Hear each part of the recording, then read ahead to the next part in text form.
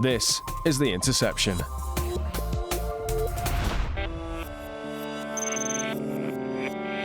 Jess and Paul have become letting agents for the day.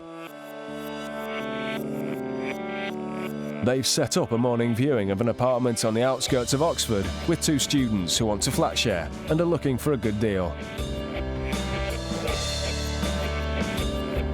How long do you think you're going to be? Because I'm just about to do a flat viewing now. Okay, speak to you soon, bye. Hi, are you for the flat viewing? Yeah. Hiya, nice to meet you. All right, I'm Susie. What's your name? David. Hiya, what's your name? Do you want to come on through? But it's cold out there, isn't it? Yeah. Oh. Rob? Do you want to come on through, boys? Rob, this is Deo and David. Oh, nice to meet you. Let me show you the place real quick.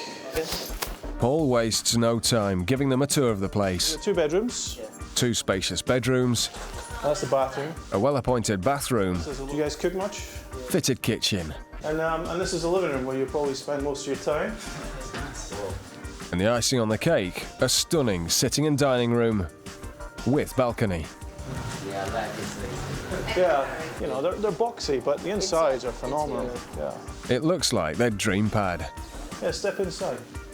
so they happily sit down to talk business. Obviously, with the financial times being what they are, the price is very, very good.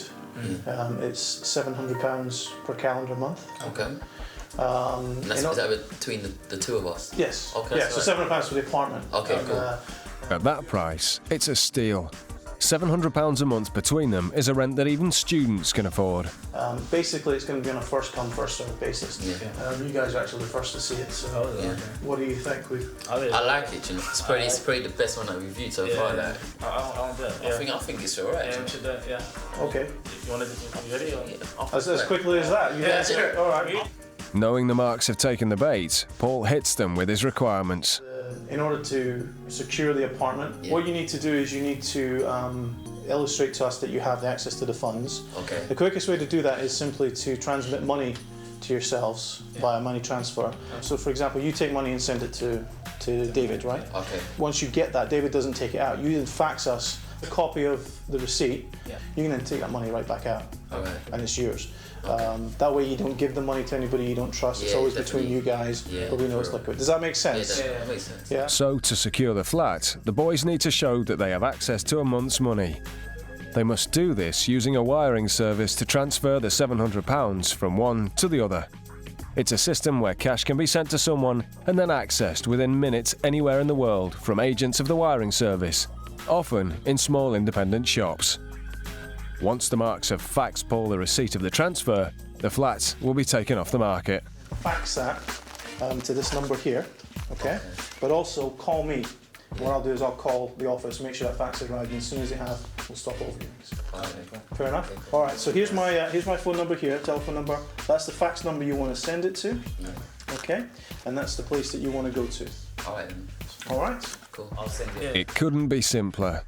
Paul's even given them details of somewhere local that they can do the transfer. There's no time to lose. They head off to follow Paul's instructions and make sure they don't miss out on this once-in-a-lifetime opportunity. True to his word, one of the Marks goes to the place Paul recommended to deposit £700 in cash to be transferred to his mate, and then fax Paul the receipt as proof of funds. And as instructed, he then calls Paul to let him know it's done. Hi. Great. So you've sent the fax, and what I'll do is I'll call the office. Yeah, everything should be fine. Why don't you just give it an hour or so, and then just go and pick the money up and put it back in your bank. Great. Okay. Bye.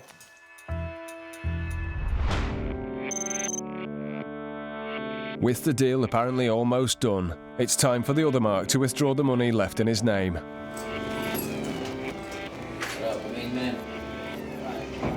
We need to get a But their day, which started so well, is about to turn into their worst nightmare.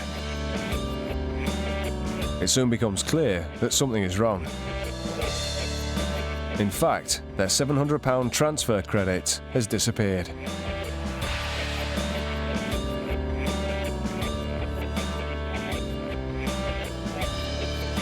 There's nothing they can do to get their money back.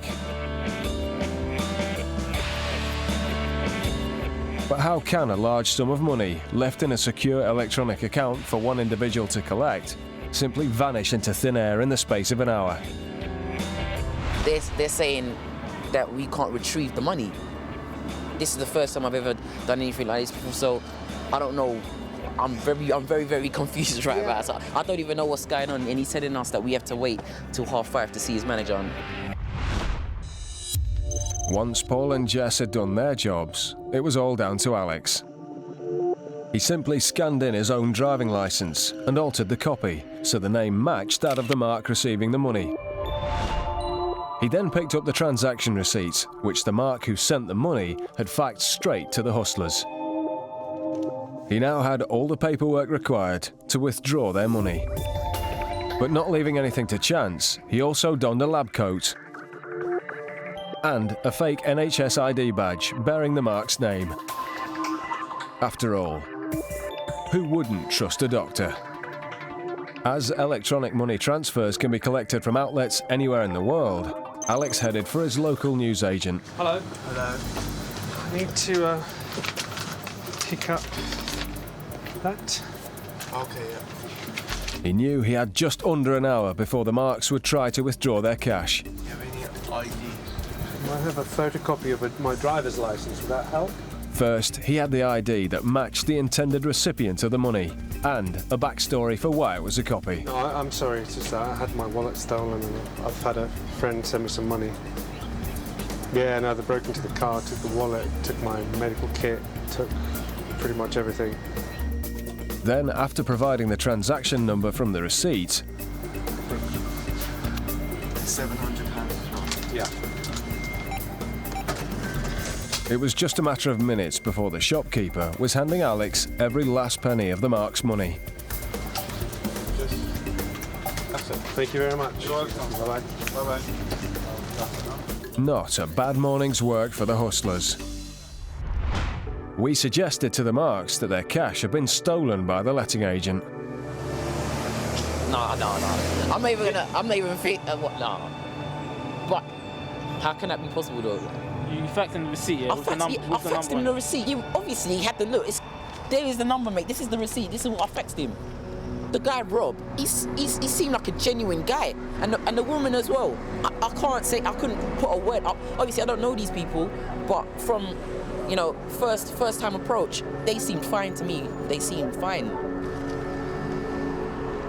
I could cry. I could actually cry right now, man. I could cry. It's emotional. It's very emotional. What's really clever about this scam is that the mark is lulled into a false sense of security when sending the money.